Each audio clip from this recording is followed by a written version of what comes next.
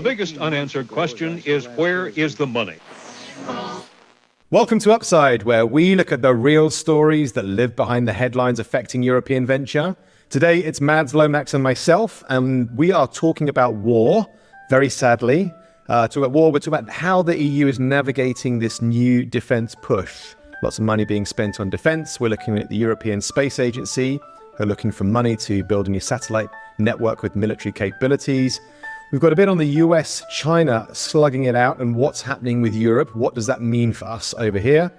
We are going to look at a pumping American IPO market, and then one from Lomax, a very cool British surgical robots tool, which we're going to look at how that's going to make waves and create some surgical magic. Now, starting at the top, Matt, I think we're going to lean on you heavily for this one because we can't not talk about war. We can't not talk about what's going on in Iran, what's happening with Israel, what's happening with the US, obviously Russia, Ukraine, and how this reshuffling of the world order is going to pare down and affect what we're doing at an investment at a startup level. So can you kick us off with war? I think it's worth reflecting on the role of Iran, not just in the region, but on a global scale. Over the past several years, Iranian terrorism has reached, all parts of the world. We've had terror attempts in the Netherlands, in Denmark, in France. We've had attempted kidnappings in New York, not to talk about what the country has done to, and for the stability and destability of the Middle East. You have a huge Iranian diaspora, kind of more than 4 million people. From what we know, the vast majority supports a new regime in Iran. And so you've got kind of these very, very interesting dynamics happening where really all of this started with Ukraine's resistance that weakened Russia, that meant that, Israel was able to strike at Iran at this time. And look, there are lots of risks on the horizon here, but there is a possibility, I think, for a reorientation of the Middle East. If you could get a more benign, a more productive regime in Tehran, that would be a huge outcome for everybody. Yes, risks, but certainly also potential for upside. And I think it's worth, we often talk about defense on this show. Obviously goes to show that defense is as important as ever. This is certainly not a peaceful world we live in. We're going to talk about defense a bit more later. Do you think that World War III or the proxy World War III has already started? I don't think so. I think, Putin has already been out to say that this is a matter between Israel and Iran. I think the Chinese are too smart to get involved here in a meaningful way. So no, I actually don't think so. But everyone is selling drones to everybody. It feels like there's quite a clean divide with this proxy war going on in the Middle East. It just feels Look, there are risks. There are risks for sure. I do think the upsides at this juncture are possibly bigger than the downsides. I think the Iranian regime has been terrorizing the region for 40 years. It can hardly get much worse. And being on the threshold of nuclear power was obviously, nuclear weapons was obviously a bridge too far for pretty much everybody in the Western world. I mean, even beyond, right? Maybe even Japan kind of was out saying that there's just no way that Iran can get nuclear weapons. So I think everybody's agreed there. Lomax, this obviously has ramifications for us, for oil, for stability. What else would you add? Yeah, I think apart from just being a little bit more nervous generally around a more unsettled world, is what does this mean for financial markets, right? Both public and private. So Brent crude oil is up, shot up 10%. 10% this week from $70 to $77, maybe touching 80. That doesn't seem like a sizable spread for such a massive... It's already high. It's already been driven up high. Some of this was already priced in. Clearly, Iran and the US have been in negotiations over the last few months, and also it's also priced in by the fact what's going on with the Houthis in Yemen, right? So I think that's had some impact on price. But some are saying this could now go up to $120 per barrel. Just as a reminder, a majority of the world's oil that comes out of the Gulf obviously comes through the Straits of Hormuz, which is between Oman and Iran. So I think 15 million barrels a day.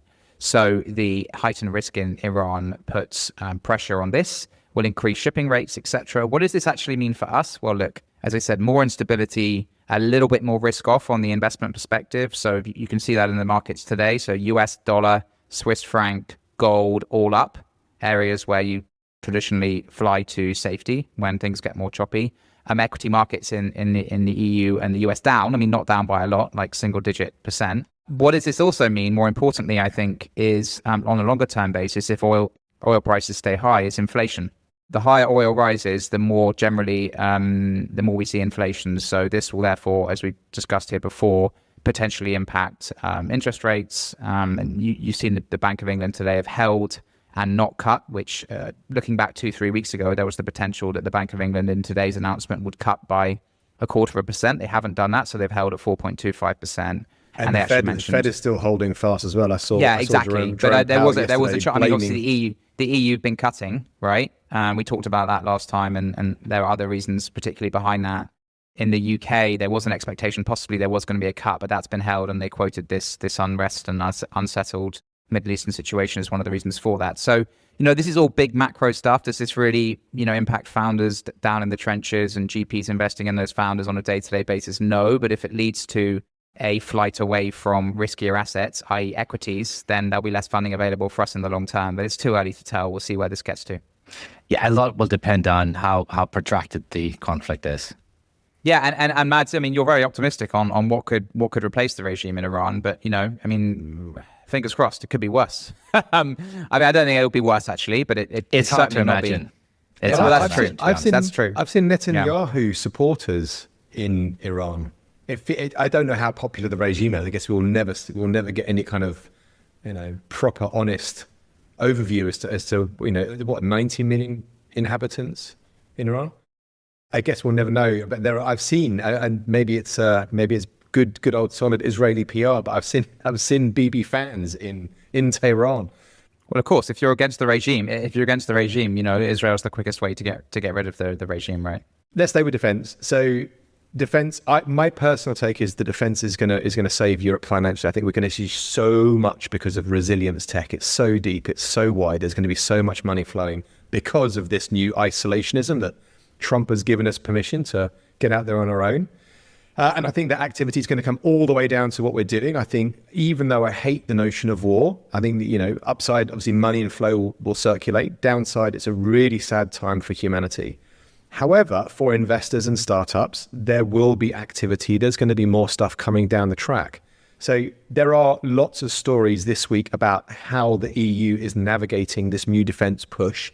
Lomax, set the scene a bit and let's dig into some of the details.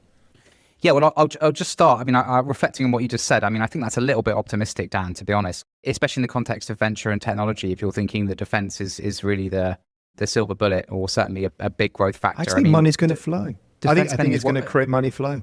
Defense tech within VC was 1.7% of the market last year, right? So it really is a very, very small part. So even if that increases fivefold, it's still not moving the needle at the cohort level. But right? Defense is, my point is defense is not just defense anymore. Defense is energy, it's food security. There's a whole layer to the onion that I think comes with this renewed resilience. I guess that's the broader resilience category that VCs are now touting, and yes, and so energy sovereignty, etc. But yes, if you include that category, then you're talking about more like 25 to 30% of overall European venture investments are touched by that kind of resilience sovereignty angle. But I mean, if we're talking about defense specifically, right, it is still a very, very small component. Now, of course, the budgets here are increasing significantly. So the UK Office Spending Review, as we talked about here 2 weeks ago, has now pledged to spend up certainly 2.5% by 2027 of GDP on defense, increasing to potentially 3% in the next parliament. So actually, in real terms, looking at the numbers from, say, 2015, the UK annual defense budget will have jumped from 35 billion to roughly 85 billion. So nearly a kind of 2.5 to 3x increase in 10 years.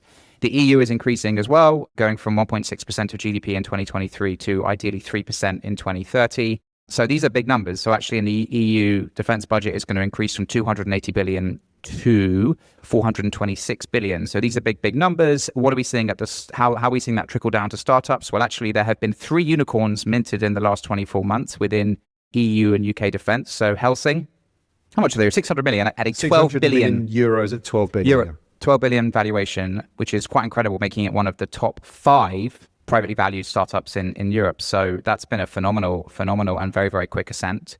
Takiva, Portuguese company operating in drones, and Quantum Systems out of Munich. So those are 3 kind of newly minted unicorns that are riding this wave. So I think, we're seeing that down now at our level. And Helsing, interestingly, now has started out within software, is now producing its own drones, looking to go into submarines and aircraft. So it's going from software to all domain. There is a general rush of VCs into this category, which, I think I've said before, when I see VCs rushing towards something, I tend to rush in the other direction. Like, what it to be my initial Avoid reaction. the Patagonia vests and the paddle. Yeah, but I think this is great. Look, I mean, if you look at the market size and the headline numbers I just gave, you've got very, very big budgets increasing pretty rapidly. You could probably find markets growing faster in other sectors, right, that are potentially sexier from a venture and entrepreneur perspective. But this is still, these are doubling, potentially trebling on a kind of decade basis. So the CAGR, the compounded annual growth rate of these markets, is not something to forget about. But just to put that in context, health in the US is 20% of GDP. Defense is 2.5 to 3% of GDP, right? So it's still a lot smaller than these other big areas, but still, it's nothing to shy away from. However, I think just a few words of caution. Let's not forget technology, which is really what we're talking about here, is only roughly 10% of these budgets, right? So all of these big numbers we just talked about, you need to cut in 10, right? Secondly, these are very atypical investments from a venture capital perspective in terms of they have a number of obstacles, which can both be benefits if you surmount them, right? Because they give you a moat that other traditional, for example, business to business, B2B software companies didn't have, right? So, including these are the sort of problems that I think through when I think of defense. Very, very, very long sales cycles where often distribution trumps innovation, small buyer universe, right? You've only got 25 to 30 potential buyers. And that's complicated by joint procurement. So in the EU, everyone joins together to procure. So in a way, you've suddenly taken 20 countries and combined them into one, right? Highly political, highly regulated, export controls on weapons, etc., and a constrained exit environment. So I think all of these are tricky issues to navigate. Clearly, there could well be a kind of winner-takes-all aspect here, which is what clearly a lot of VCs believe Helsing could be. But look, I think there's something very, very interesting here as warfare gets upgraded for the modern age with the adoption of robotics and AI, autonomous systems, etc. You've seen the big first movers, Anduril, which is now valued at 31 billion in the US, Helsing now valued at 12 billion in Europe. This is all exciting. These are potentially very, very big companies, but I think definitely buyer beware, caveat emptor, with respect to just rushing into the latest defense craze and thinking you're going to make money. I think Lomax captured it well. An angle I thought it was worth just noting is kind of looking at the consortium that's come together to fund this Helsing round. So it's Lightspeed Ventures, so that's U.S. money. It's Accel, that's U.S. money. It's General Catalyst, U.S. money. Okay, so the two main European investors are, it's Plural, which is Tavid from TransferWise, his shop, and then it's Daniel Ek from Spotify. Yeah. And so in many ways, kind of this defense VC taboo has been broken. But even so, Daniel Ek, he's been criticized. But he's also said, look, I firmly believe that this is the right thing for Europe. I thought Saab was in there. Saab is a defense company. I mean, I think that makes sense that a defense company would invest. But if you talk about venture, kind of these are the venture dollars. And I think what's interesting is there's been lots of U.S. money coming in, but it took some homegrown capital to prime the pump. And especially Daniel's work here has done that. And that's why we need more homegrown VC firms if we want to build these champions. So, I think, Lomax, to your point, we still have a 10x funding gap versus the US when we look at the defense tech ecosystem. So there's still a lot to do. And later we'll touch on the China and Europe trade challenges that are very connected to this. I think it's very interesting you pick this up, Mads, in respect of the US venture money coming in. Let's not forget that in European venture capital, the EIF is roughly, the European Investment Fund is roughly 50% of the capital into the venture funds in Europe. And in the UK, the British Business Bank, the equivalent is roughly 35 to 40%, okay? When those funds invest in a venture capital fund, they put restrictions and they say, no sex, no gambling, no weapons. Yeah, you look in the schedule of the limited partnership agreements of the funds in which those people invest. You cannot do those three things. They're absolute prohibitions, which is why, for example, when you see funds like Boulderton, which I think have government money, I don't know, but I think, yeah, the big fund in the UK, they invest in Quantum Systems, which is this Munich drones company. It's billed as a dual use investment.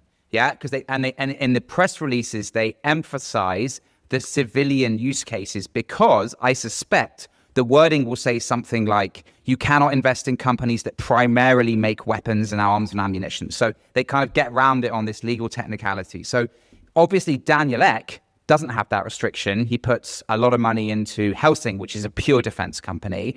Plural, I don't know what their LP base looks like, but I suspect they haven't got government money in there, so they have this freedom. And the problem is that these funds are 10 years long. So in a way, these decisions were made 3 or 4 years ago to kind of tie the hands of these funds. And so we haven't seen, I don't know, if you're raising a new fund from the EIF now, can you actually get this struck out?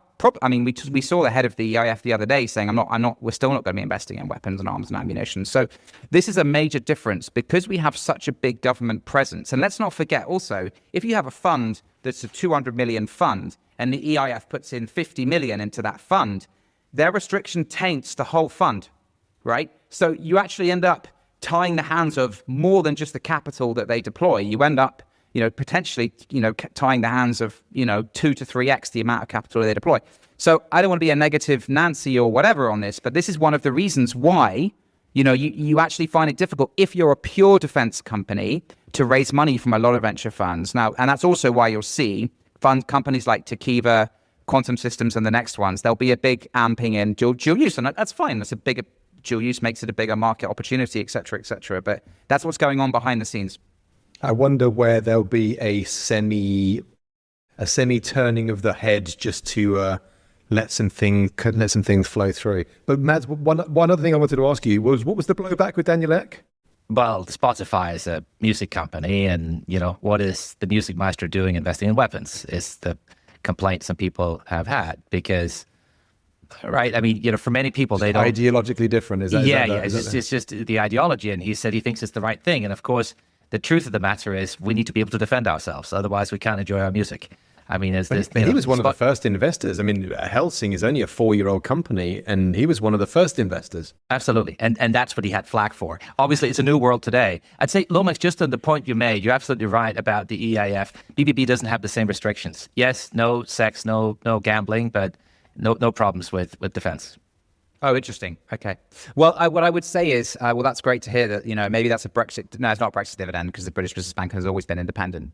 I would just say, look, I think we live in our little world of early stage, venture and innovation and technology, and we can see the pressing issues within defense and technology. But I think at the wider level, it's not inherently obvious to be investing in weapons. And I can see why Daniel Ek gets flack from some people in society. And yeah, I don't necessarily agree with those people, but if you're going to invest in things like weapons, you're going to get flack. But, if you put yourself out there and do something, someone's always going to try and take you down, which I think is part of the course. Well, he is standing by his own values, which he's done a number of times. I mean, I remember the Joe Rogan blow up, and there've been a number of Daniel Ek surrounding kind of challenges about his politics or ideology. But I think, if that's what you stand for, then good for him. He's standing for what he believes in. And but I think broadly, look, I mean, what are we saying here? We're saying much bigger budgets for defense. We now have a reference. You always got to have a reference company in an industry. We now have a very, very strongly emerging reference company in Helsing, which you can look and point to. And when I raise money from my LPs, et cetera, like the fact that they've heard of Helsing is generally helpful when you're trying to talk through an investment category. So it's great to have a reference. And I think we'll see, what we've already seen on the ground, day to day, founders working on interesting problems. And it's not just weapons, all of this stuff there's a whole bunch of upgrading that needs to happen after basically 50 years of not investing at all. We are seeing more defense dual use in our deal flow. That's absolutely for sure. Again, we're going to stay with defense. It's very defense heavy this week. So the European Space Agency is looking for €1 billion to build a satellite network with military capabilities. This is just the opening budget. It's going for approval in November. What's the story behind the story here, and what are the broader implications for Europe? I think it's tied to the same theme, basically. In terms of the EU upgrading systems and grabbing hold of sovereignty and control over as many critical capabilities and infrastructures that it can, right? And we talked about this across energy, across AI, and what you're seeing in defense. And this is adjacent to that, which is Earth observation. The EU has had its own Earth observation system, which is called Copernicus, but generally been very, very lightweight historically. And so that's been, I think Copernicus has 15 satellites, something like that. whereas the US has both the military grade satellites for Earth observation have been generally delegated to the individual nation states within Europe. So there's been like less of a kind of a militaristic push at the European level. And that has meant that historically for like Earth observation data, Europe has relied heavily on both US military, US civilian, and US private.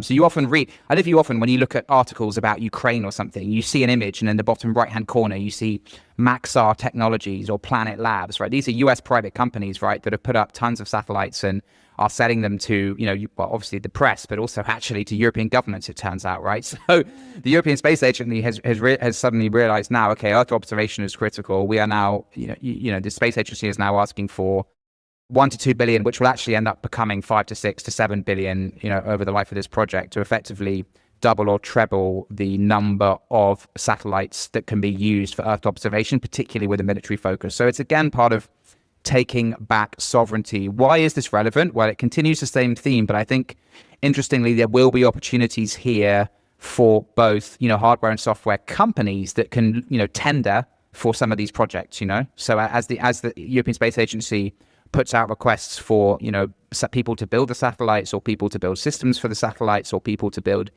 imaging for the satellites, there will be opportunities. And crucially this time, given that the Europe is trying to build more sovereignty and control, it will mean that probably European companies have a greater chance than their American cousins, who are probably better funded and more advanced, etc. But actually, the Europeans won't want to integrate them into this kind of critical infrastructure. So I think there's a company called ICEYE out of Finland, which both manufactures and operates satellites. I think it's raised over 500 million. They could be a classic beneficiary of this, but they'll actually be seed stage and Series A stage companies that will also benefit. So I think this plays into the same theme, but certainly interesting. And it's also just reminds you, it's like, European governments and the EU have just been relying on US private commercial companies for this critical data. It's like, come on, guys, you've been asleep at the wheel. It's an abject policy failure that we've seen at the UK and the EU level. Well, I would just put it in the context of IRIS, which is Europe's Starlink competitor. Now, of course, the Earth observation network is different. This is, as Lomax is saying, this is ESA's new intelligence network. So this is more about the eyes and the ears. There are some similarities here, and it's all about plugging Europe's gaps in infrastructure and communication. In some ways, the technologies are complementary. The new constellation here could consume the IRIS bandwidth, and IRIS in turn would benefit from sort of some of these security hardening aspects of the EO project. And there's clearly a defense angle, as Lomax is saying. Now, put this in the context of Starlink. So please don't.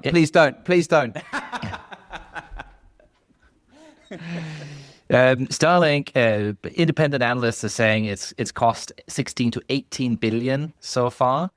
Elon Musk's own guidance was it would be 20 to 30 before he felt it was sort of fully deployed over the life cycle, and that it would take 5 to 10 billion to reach break even. The truth is, we've had rumblings about when access to the US systems could be switched off, and clearly strategic autonomy in comms and surveillance is absolutely essential. And so if we don't have an ironclad agreement with the Americans, then Europe must have our own systems. That's the way it has to be. But if we compare our systems, look, it's fewer satellites, it's lower coverage, it's potentially higher latency. It's a very long road to commercialization, if ever. And so one could wish maybe for a more commercial approach to projects like IRIS than the one that's been taken. But it is interesting to see that we are at least starting to take the strategic autonomy seriously. And I do hope the budget will be approved for the investment. And one thing that's interesting also as a tangent here is that that NASA's funding is proposed to be cut by the White House by 25%. It will be the smallest NASA budget since 1961. So funnily enough, what's going on while the European Union is increasing budgets for the European Space Agency, the US is doing the opposite with NASA. And the same is true in defense. We just talked about European defense budgets going up. The US is cutting its defense budget. I mean, the US defense budget is still nearly 1 trillion. It's still nearly double what the European is, right? But it's still like they're kind of going in opposite directions. I mean, I think maybe in the US they're thinking that the private sector will pick up more of this is probably that's probably a very slightly more libertarian, White Houseian or Trumpian philosophy. Or maybe thinking that Europe will pick up some of our own costs Oh, maybe. to defend Yeah, ourselves. yeah. That's Yeah. definitely. Isn't much of the saving or much of the budget cut in NASA? Isn't it much of the R&D to spend? Aren't the Trumpians cutting any kind of scientific R&D? Isn't that always feels like it's the biggest sledgehammer they want to take to the budget? They want to cut everything. Fat, administrative burden, all of it, So yes. Even so, the big, beautiful bazooka bill is adding, $2-3 trillion to the fiscal deficit. So, But what's also interesting, is that actually, because there is still a heavy collaboration between the European Space Agency and NASA. But actually, now the NASA budget's being cut, some of these joint projects they're working on are also getting cut, right? So I think the Lunar Gateway, which is a space station designed to orbit the moon, is going to be cut. It's interesting times, but at least I guess, the European purse string holders are doing the right thing with regard to some of these critical areas. Well, let's broaden it out, because we can't kind of not talk about China in the reshuffling of the global world order. And obviously there's a major trade war that's been going on for a decade or so between US and China. How will this affect Europe, and how will this affect us? Mads, where would you take this? it's closely linked to this discussion around strategic autonomy, because while the US has been rotating away from China for nearly a decade, EU imports have held up. About 25% of EU imports come from China, and it's now down to 15% for the US. And there are really three forces that explain the gap. One is we've had a very strong clean tech pull in Europe. So Europe was early around green transition policies, and that meant that there was a kind of a market acceptance of Chinese technologies and products within batteries, within EVs, within solar cells, within all these tech components that we needed, and China's been supplying. The second thing is an energy price shock, because after Russia's invasion of Ukraine, soaring energy prices in Europe have made it very expensive to manufacture here, especially things that are energy intensive, like chemicals production. And so it's been cheaper to import those from China, where energy is cheap. And then there is the third component, which the US and Japan, they relocated labor-intensive goods such as apparel and furniture and electronics and other things to Vietnam and Mexico and Bangladesh and elsewhere. But Europe largely did not, largely stayed with China. So we are as dependent on Chinese imports as we've ever been. Two things are happening right now in the context of the Trump trade wars. The first is that there is a fear that this European dependency on Chinese exports will be further accelerated due to the US trade policy. So the recent trade numbers are telling a story here. In May, US imports from China were down 34%, but EU imports were up massively. So Germany, more than 21%, France, more than 24%. So you're seeing a rotation of exports out of China to the US and then into Europe instead. And now this has actually come to the point where Brussels, they've sort of activated an emergency trade surveillance system to flag any goods rerouting, because there's a fear that we're just going to have a lot of Chinese goods dumped here in Europe. Now, at the same time, and this is the strategic piece, Europe is hit by the same rare earths fight that's been happening in the US. And there are real supply chain issues now, especially in automotive. But this could also impact defense, linking back to the discussion we just had. Beijing has recently agreed to fast-track approvals for some rare earth export licenses, but it's now done on a tactical basis. So the European industry, especially automotive and also defense, is now to some extent at China's mercy. And that obviously connects to, as we say, defense. It also connects to energy. It connects to energy transition and renewables and wind turbines, etc. So many aspects of this to consider as we look at the shifting global trade landscape. What are we going to do, Mads? Should we go and speak to your brethren, the Danes, and get Greenland, get mining? What do we do? I thought you were suggesting the Vikings should jump back in the longboats and go to raids. Raids. That also. But should we? Yeah.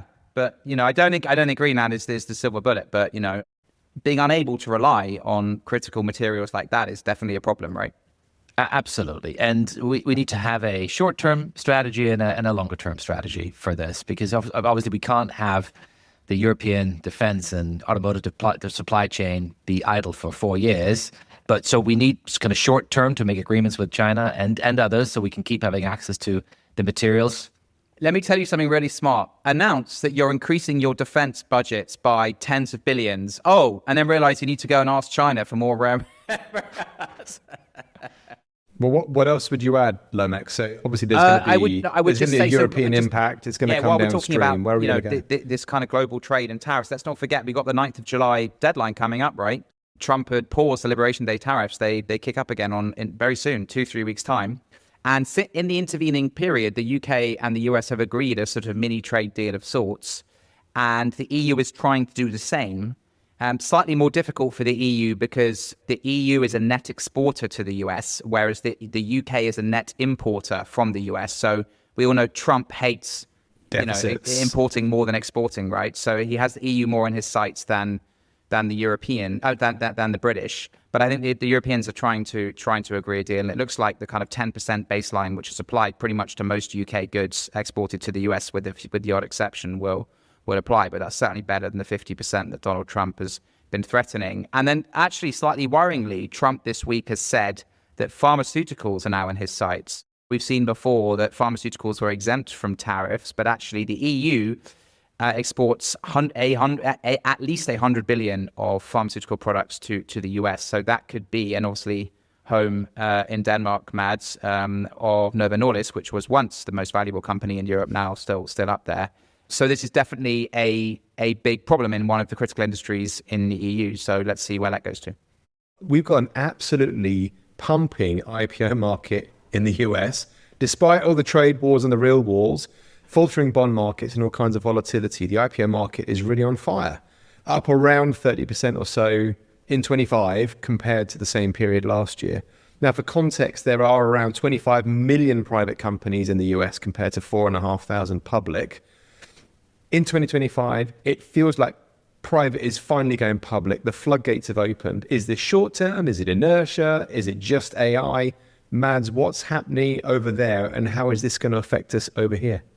Yeah, I think it's a little bit of all of the above, but I mean, just recapping some of the really incredible things that have happened here in the last few weeks for folks that haven't been paying close attention. So Chime just IPO'd on the NASDAQ on the 12th of June. Now, for Europeans that don't know Chime well, it's sort of a little brother to Revolut. Not as cool, not as feature-rich, not as many customers, not as much revenue.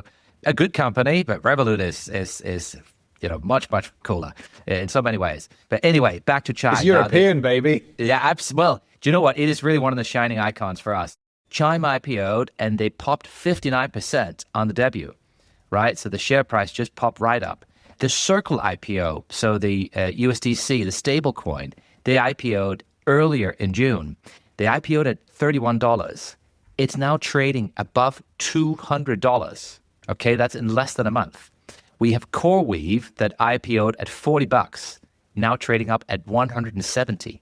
All right, so suddenly it feels a little bit like 1999 all over again. Prince is turning in his grave, baby. Oh, listen, I'm just old enough to remember, and it's sort of that sweet smell of youth, or sweet sound of youth, or whatever. Now, the pipeline for IPOs is suddenly full. Klarna, Gemini, Cerebras are all filing. They're all in the waiting room. Lots of capital has been raised this year. Of course, the question is, what's the European angle and where are our IPOs? Klarna is the only major European name right now that I can think of in the pipeline. And then there is also the London Stock Exchange versus NASDAQ angle. Now, ARM chose the US, and more will follow unless London reforms, also something we've discussed before. So still uncertainty. We talked about July the 8th. If trade doesn't get resolved, the window could shut again. But if there's a resolution, there is evidence here that this market is red hot and ready to roll because of all this pent-up IPO demand. I don't know if you listened to Bill Gurley on Invest Like the Best this week, former benchmark partner, but there's many things to unpack from that, and I'd highly recommend tuning into that if you haven't yet. But Bill Gurley kind of infamously hates the IPO market, hates all the bankers who effectively suppress the price of the IPO to basically benefit the insiders who benefit from this kind of IPO pop in the initial day of trading. And obviously don't forget that this is relevant because if you're raising money in an IPO, this is effectively the money at which you raise, the valuation at which you raise money. So it affects dilution. Actually what Bill was saying, amongst other things, is, well, actually in the moment, private markets are still pumping. Is that, well, I can be offered, I don't know, X valuation at the IPO market, and it's going to cost me a lot of money and costs to actually go through that process. And then there's the reporting burden afterwards. I'm getting much better valuations in the private markets, right? So interesting to see how that plays out. But in the short term, and let's see what happens on the 9th of July, again, this deadline on tariffs, which, the tariffs have been directly linked to the volatility in the equity market. So we'll see what happens. Maybe this window will close again. But one thing I will say is, baby, SPACs are back. SPACs are back. So, yeah, on that note, oh my Lord. it looks like there's an article in the FT today basically saying that, yes, SPACs are back. And, when you see Goldman Sachs now getting back in on the action, that's the sort of ultimate kind of canary down the mine in that respect. So as a reminder, SPACs raised up to 170 billion worth of SPACs in 2021. This fell to 2 billion last year. This year is up 11 billion. So year to date, 11 billion. So it's already over 5 times what year to date was last year. Clearly it's 1/10 or even 1/20th of what it was at the peak. But still, little sign that the sort of market madness, as Mads just alluded to, is definitely back. How many Trump children are there in each of these SPACs, do we think? How many Trump phones, Trump sneakers? Children, sons-in-laws, coins, exactly, daughter-in-laws. Yeah.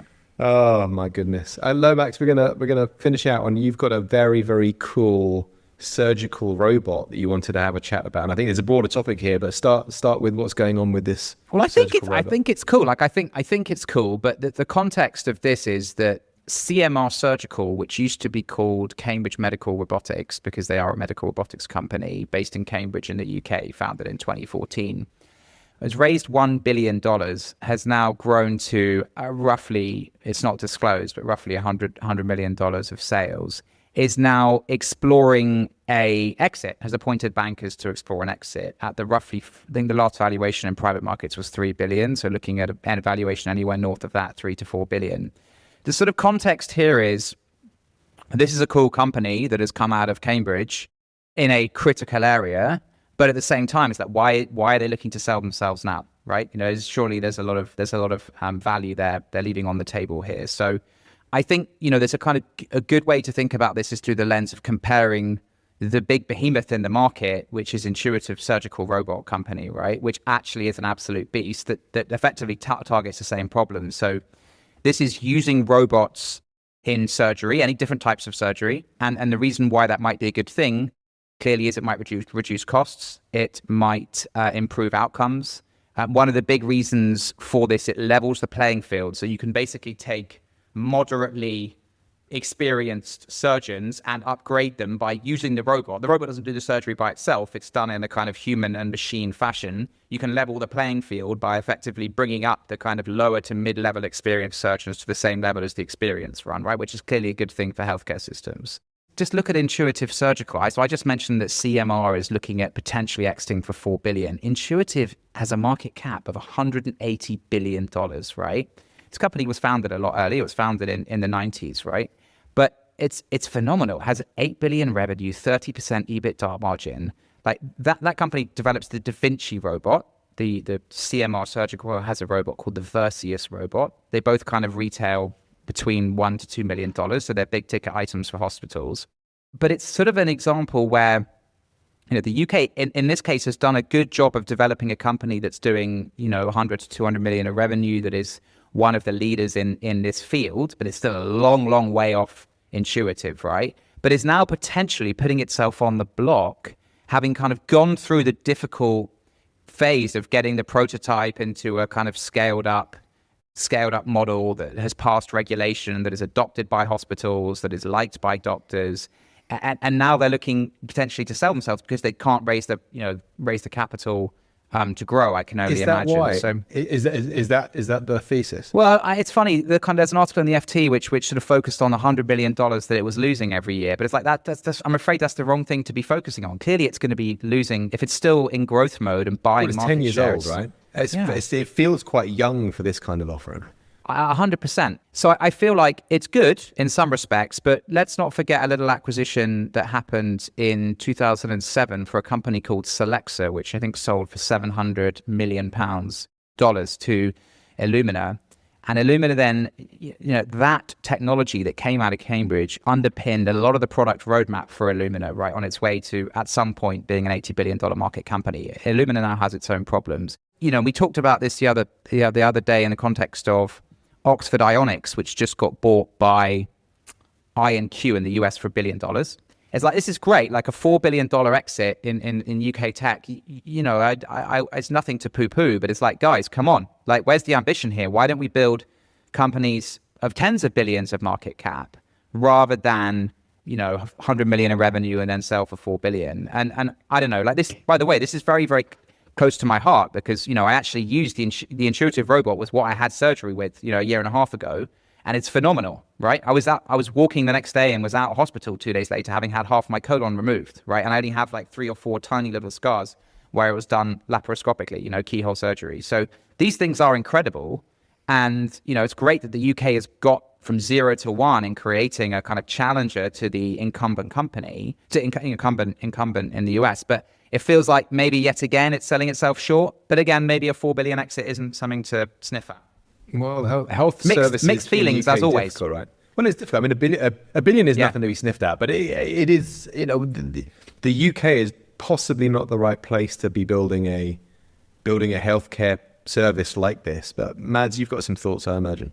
You could probably argue the case either way. I think, Lomax, I'm exactly with you. I mean, we've got an NHS that's famously unproductive, and that's not something I'm saying to be mean. I mean, it's full of amazing people that are working hard and doing wonderful things. But at the macro level, the NHS has had an uplift of spending of roughly 12% in real terms since 2019. But productivity is down 5 to 6% since that pre-pandemic era. So this is something that would have been unheard of if it was a private business. So much more money and so much less output. And so with regards to CMR Surgical, it seems like there's something here that the UK is potentially world-class at, maybe something that could help make our healthcare system more productive. And I just love to see us be aggressive about implementing that type of technology and similar tech, scale it up in hospitals, improving productivity of our healthcare system and improving our UK tech base. I mean, it seems like such a win-win. So yes, Lomax, I'm with you. Kind of a $1 billion exit is appealing, but wouldn't a $1 billion, £1 billion NHS order be much more exciting? Yeah, it is. I agree. It's a depressing story. Oh my God. But one thing I will say in reading, just then spending more time on Intuitive, what a beast that company is. That company IPO'd in, I think, 97, 98. If you had bought, it's up 13,500% since IPO. Yeah. If you put $10,000 into the IPO, it'd be worth $1.35 million today. And you know what's fascinating about Intuitive? 180 billion market cap. It's only raised an external equity, which is both pre-IPO in the private markets, IPO, and then beyond, about 750 million in equity, and it has basically zero debt. It's unbelievable. What an absolute beast of a company. It has got a 70 to 80% sort of market share. Yeah. But like, come on, guys, is this not possible? It's one of Thiel's monopolies. There you go, 0 to 1 in the real world. If you take, surgical robots has its own like idiosyncrasies, but it's an aggressive, M&A kind of like market. Like I give you an example. So Auris Health was founded in 2007, raised $700 million, which is basically doing surgical robot for lung, particularly lung cancer, right? It got to 5 million of revenue, and J&J bought it for up to 5 billion. Right? The Lux Capital did it in the US. I know it's insane. Yeah. And so like the M&A in that kind of market is aggressive. There are big med device companies like Stryker, J&J, Medtronic, etc., that will actually buy. And I just feel like there's something going on at this company, CMR Surgical, that doesn't quite smell right. And, to raise $1 billion and then sell for 4 billion, that's not an amazing outcome. Are you saying that the tech just isn't good enough? I just don't know. I mean, clearly they haven't made headway into the US market, which, is the biggest healthcare market in the world. They've tried to go for emerging markets because they don't have a full-on robot. They actually have this robot arm that actually is better in smaller hospitals and also in emerging markets. So it's a slightly different kind of commercial strategy. But there's something that isn't quite right there, and they can't raise the money, and they're looking to sell, and, great, there's a 4 billion exit, but, what could have been? So, maybe, look, if we were sitting here 10 years ago, we would have been talking about an exit, well, DeepMind, which sold for 400 million. So the numbers have gone up 10 times. The context is both, we are leaving stuff on the table, but at least we're leaving a bit less on the table now, I guess. Not quite as shit. Is that what we're going with? Great. I think so. Let's end on a high, because it's been very defense and negative Nancy this week, but we are going to end on a high. Now, my deal of the week was Helsing, which you kind of covered. Daniel Ek putting in another 600 million euros. Whether this is a good or a bad thing, I'm very anti-war. I hate the thought that it feels like we've gone back 10 steps on a humanitarian basis, but I also know that, we have to do what we have to do. I wish them every success. Lomax, you've got the deed of the week. What's yours? Yeah, over in health again, but this time software. So Nabla, an AI ambient scribe for doctors. So, you're sitting there in your consultation, doctor and patient, it will ambiently in the background take notes and then do lots of clever things off the back of that. It's effectively an advanced medical grade version of what we use, fireflies, etc. That's a problem that actually a lot of people have tried to tackle over the last 10, 15 years. A lot of them slightly more going back a generation of technology, the kind of text to script technology that Nuance, which ended up actually, to be fair, got bought by Microsoft for 20 billion, although medical was only a part of it. LLMs have been a big unlocker here for the industry. And now there are a number of startups that are sort of at the Series B, Series C, Series D level. 2 or 3 of them are in the US, but actually this Paris-based company called Nabla, founded by ex-Meta engineers, has now raised a $70 million Series C, taking total amounts raised to 120 million. ARR is up 5 times in 6 months, now supporting 85,000 clinicians across 130 plus health organizations. Mostly the revenues in the US, 90%, which, to be honest, as you would expect, as I said earlier, 20% of US GDP is spent on healthcare. The healthcare budgets in the US are insane. So not surprising that the go-to-market is in the US there, but it's a good example where LLMs have enabled a new wave of startups to tackle a problem that people have tried to tackle before, that actually the technology is now at the level of maturity where it can be done in a smarter, more cost-efficient way. It's good because, AI and software technology within healthcare can take a very, very long time. This is a big market, $25 to $30 billion market. And so good luck to these guys, and they're out of Paris. And, it's good to see that. It's my deal of the week. Deal of the week. Mads, anything else happening with you this week, my man? We spoke briefly about Scale AI last week, I think, and I'm going to bring it back again because Zucky he's not taking any prisoners here. He's been spraying around money like nobody's business, and specifically to the Scale AI deal, which was, I think, a $15 billion deal, give or take. It was announced last week. Docs were signed within the week, and money was wired this Monday. Wow. There you go. Okay, so investors had cash in their hand within a week of this hitting the press.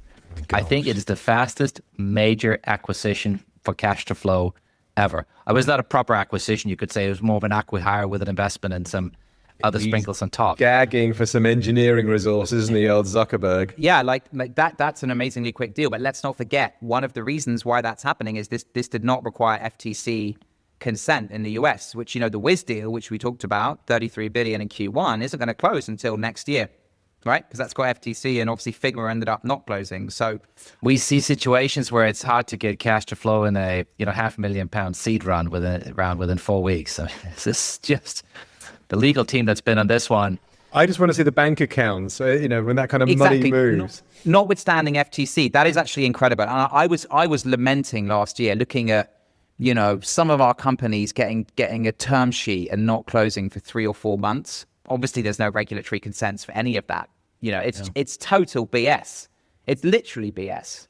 Well, funny enough, lawyers in the US ain't cheap, but if you restrict them to working for 1 week only, then at least you cap the number of hours they can work, So, yeah, European lawyers can work for 6 months to close a deal. They'll probably rack up the same number of fees. That's a really good point. Really good point, Mads. There's something in the water in the US. It's all good. It's all good. We won't have them soon. Don't worry, guys. I just wanted to say all the best to Alex DePledge, who's been hired by Rachel Reeves. I don't know if you know Alex. She's a super cool entrepreneur, founder, who's now working with government as the UK Entrepreneurship Advisor. So I only heard that today, and that's the Good luck to her. 19th. She's got her work cut out, but yeah. Yeah, that's I good. mean, it's possibly a thankless job, but it's great to see real world founders, business people. Well, in and actually, government. you reflect on that, like what Matt Clifford has achieved with his, AI opportunities plan, which his bullet. I don't know, Mads, how many bullets there were in his plan, but it was 100 or something.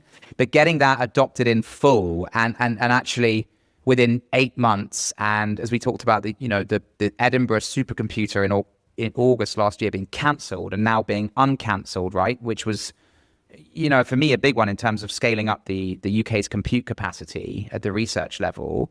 Actually seeing founders, entrepreneurs, general partners and venture funds actually making a difference within 12 months in government, you probably would have felt was unheard of in the past, no?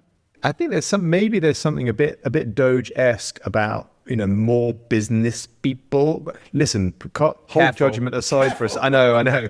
Judgment aside for a second, but maybe there's this license being given. So Trump, for all his unpleasantness and all of the other challenges that we have with a character like him, he has given the world permission to maybe engage government, public, private sectors in slightly different ways. What's very interesting is when this used to happen, and this used to happen in the 2000s, whatever, there was always the pejorative term czar that was used in the sort of business czar or whatever, like the kind of AI czar. And actually, you don't see that anymore. You still see the word czar used in other terms where the press is trying to be pejorative, but actually it's not used in the context of business and technology anymore. So actually that's probably a good sign. I think so. I think also there's a lot more going on behind the scenes that just doesn't hit the press anymore, which is I don't think is necessarily a bad thing. It would be great to see more business people supporting governments about business. It just kind of makes logical sense to me. I know it's they often don't want to be in the public careful eye. because 99% of the population don't agree with you on that. But yes, we Sure. do. But actually, I don't know. I mean, this is anecdotal, but the amount of times I've opened LinkedIn to find some founder or GP standing outside number 10, including you, my man, Mads, is definitely up and to the right, and in the highest it's ever been in the last 10 years. So You blame social media for that. well, true. What have we missed, Jens? What else is on your minds that we should have talked about? Let's do some deals.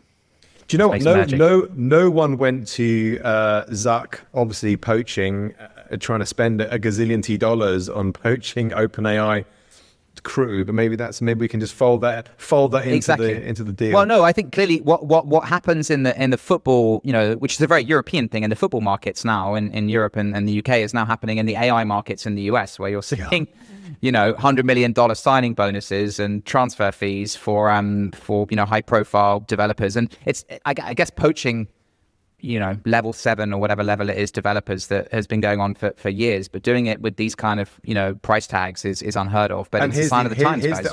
Here's the irony, right? These were the very guys that were probably left last on the queue to be chosen for the football teams when they were at school. Yeah. So they've got their moment in the sun. Although I suspect a lot of it's in stock at kind of record prices for these companies that may end up going down. So yeah.